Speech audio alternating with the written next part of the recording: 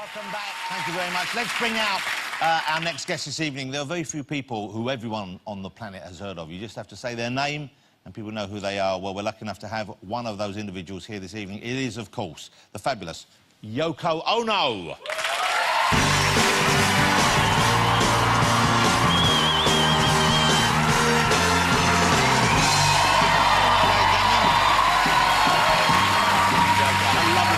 Let me get under the hat. There you go. Okay. Come and sit down. Okay. That's a fabulous hat and leather jacket combo you are rocking tonight. It's a bit bigger than me. The hat is quite big on the big side. Hey, it's lovely to see you again. Thank you for joining us. Can I start? You had a big celebration this year. There was a big birthday this year. What was that? What celebration? Wasn't it? Was your birthday in February? Oh, yes, yes. Can we say which one it was? Well, you know, I became 80 and I'm very... 80? Yeah. There's no way anyone would think you were 80. Absolutely not. You're incredible for 80. Well, I'm surprised too, you know. I mean... what do you do to keep in good shape? Because you look incredible. You have fitness... Well, I don't really... See, that's another thing. Most people think, oh, well, I haven't done any exercise, so I have to give up. Don't give up.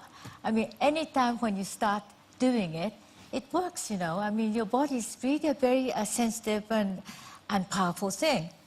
And I just, you know, most people think that, oh, she must be doing exercise every day or something. No, I just forget and do some work or something and say, oh, I better do some exercise. And just... And what kind of exercise do you do? Well, I like to walk. So just Walking is supposed to be very good. A brisk walk? Mm-hmm. No jogging? No, no jogging. No. Well, I could jog maybe too, but I don't. No kickboxing?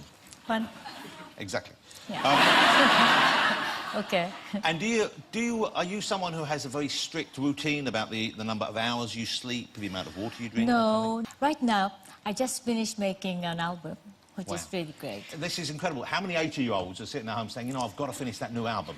Because since your 80th birthday, you've had another #1 dance single. Yes. It's incredible. So you've had... How many #1 dance singles have you had in the States? 10. I had 10 consecutively. 10 consecutively. And this is since your 80th birthday. You had another #1. Wow. But you still have the energy to go on stage. You still perform. Well, see, that's another thing that I realized. That, I mean, just like everybody else, you know, I thought, 80, well, that means that maybe you'll just be asleep or, you know, always in bed or something. No, you get more energy than what you had before. We have a footage of you here dancing on stage, and this is exciting. I'm a big fan. We're going to talk a bit more about Yoko's music. I'm a big fan, and Yoko knows this, of the Plastic Ono Band. Always have been. And they'll be performing here in London at the Meltdown Festival, which Yoko is curating in June, along with some other spectacular performers. We'll talk about that in a second, but this is the kind of thing, if you're lucky enough to get tickets, you will see this is Yoko performing in Berlin, I think. Yes. Early this year. Have a look at this. Okay.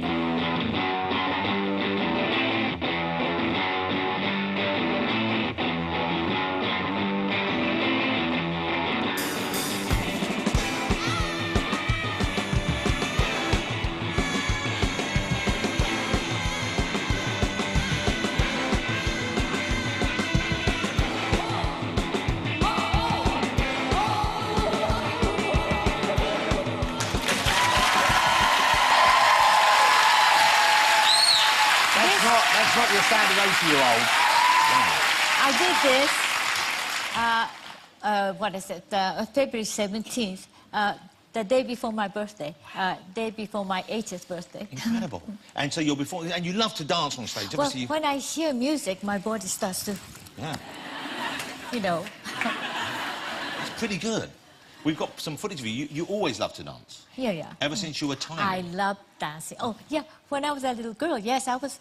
Whenever I was filmed, for some reason, I started dancing. That's so sweet. Well, we have some footage of Yoko. I'm not sure how old you are here. I was 2.5 years old. This is Yoko when she was 2.5 years old, and essentially kind of looks the same. It's about the same height. Dancing. Look at this. And that's my daddy.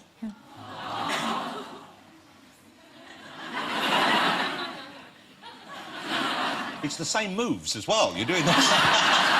Really, please. It's so sweet to see your day there, but your mum and dad, they didn't approve. When you married John, they didn't approve of that, did they? I felt that they wanted me to become a very good classical musician.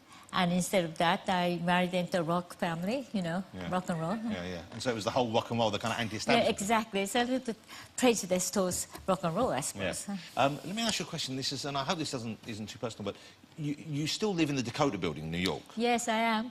And that's the building, of course, where John was murdered outside. You were with him when he was shot. Yes, but, you know, it was our home. That was the only home we had. And that's the only home I had with John. I'm not going to leave it. Yes.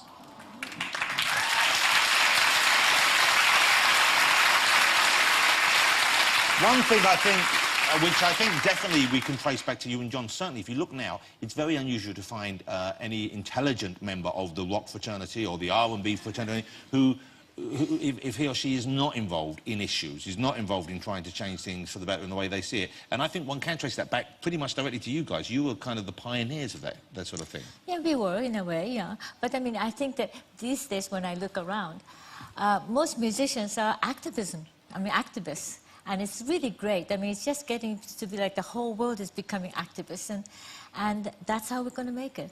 Do you think John would have approved? Do you think he would have been heartened? Well, I think he's having a big smile now. Yes. That's so sweet.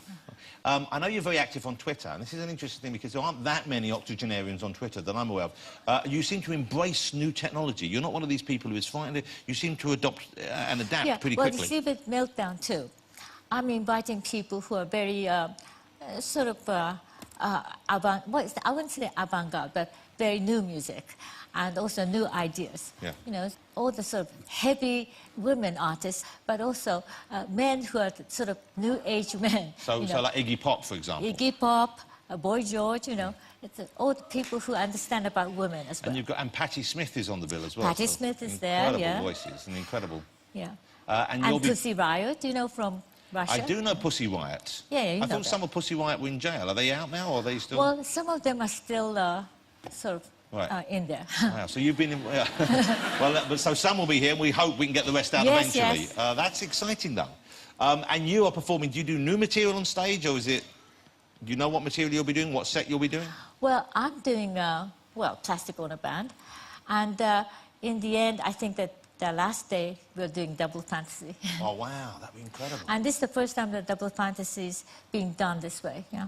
So this will be the first live performance of Double Fantasy? Yeah, right, exactly. Oh. Let me ask you about something, and I've never asked you this, I don't think, is for all that period when people were blaming you for the breakup of the Beatles... Well, you know, I've been blamed, I don't know, maybe 30, 40 years now. You were aware of that going on? You were aware that's what people were saying? I was fully aware of it because it was like they was jabbing me all the time. Like acupuncture, you know. It is probably actually healthy that people jab me, and I was turning that negative energy into positive energy. And that's why I think that one of the reasons that I'm healthy now is because we're healthy, well, sort of healthy, is because I went through all that. And thank you very much. So the negativity, you could turn that into a positive in some way. But it was very sweet recently, I thought, that Paul McCartney came out and cleared the air a little bit and said, look, you know, for those people That was very sweet of him to do that. I'm sure that, you know, he got tons of letters saying, how dare you say that? I mean, you know, because they like the idea of us being in a boxing ring, you know, sort of fighting. Also, it's good to have, people like having someone to demonise, people like having someone to blame. You know, and you were the easy target, I guess. Well, you know, we know each other for such a long time, and he's a very sensitive and intelligent guy, so, of course, you know, she understands what was going on, that it wasn't going on. Yeah. What's your favourite song that you've written? Well, I like all my songs. So what am I going to do? Okay, and from John's body of work, from the songs that you know he wrote, which was on... Of course, John is very special, you know. And he's, well, I'm not saying that he's the only, but I think he was a genius, yes. And he wrote Woman for you, didn't he, the song? I know. Which is, well, oh no, I know you know, but, I mean, if you didn't know, this would have been a funny way to find out, wouldn't it? But I mean, what a beautiful song. Well, you know, it wasn't very easy for me, because after John passed away, you know, I go to a shop or something, and they're playing Woman, you know. It's a bit... just, you know, to choke me up, actually. So they would put it on when you went in there, you think, oh, no, that's awful then. No, they weren't doing it intentionally, you know. It's just that it's going on the radio. It was a hit, of course. Yeah. Yeah. OK, you've offered to do, Yoko's offered to do a little art installation kind of piece here today. Yeah, I thought there was something there, no? No, I don't know. Oh, yeah, here. Is this it? This is what you wanted out there? OK. So we have... OK, so we have... What do we have here? What are we doing here? And what's the name of this piece? well, first of all, I want to see you. OK. Well, Did I pass the test? let's see what happens here. So far, so good. Well, I could do something very bad too, couldn't I? I mean, Yeah, I'm just a bit worried about the scissors that are over there. That's the... well, that's not for you, don't worry. Not for me. So you're wrapping me in bandages. Yeah, well, you know. Yes. This is not like plaster of Paris, is it? You're not going to get this wet. It's a very peaceful thing to do. Okay. I'm feeling quite calm already. Yeah, I think so. My legs are quite big, and okay. You know, I'm kind of quite large, so this might take a while. And So, why don't we go to a break, and you can carry on. without you, you mean? No, with me.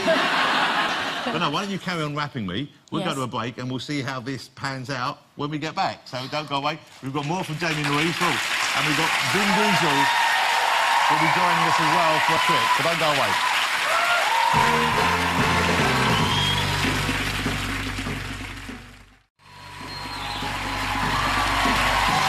Well, welcome back. And as you can see, I am being transformed into a work of living art by Yoko. OK, well, that I suppose I had that coming. OK. You know, I've still got some presenting to do on the show this evening, Yoko. I hope you can breathe. Yeah, you should maybe ask before you cover my nose with...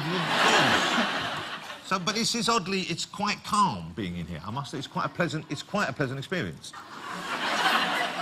Is that the intention, or is it... The intention is to make sure that you feel peaceful.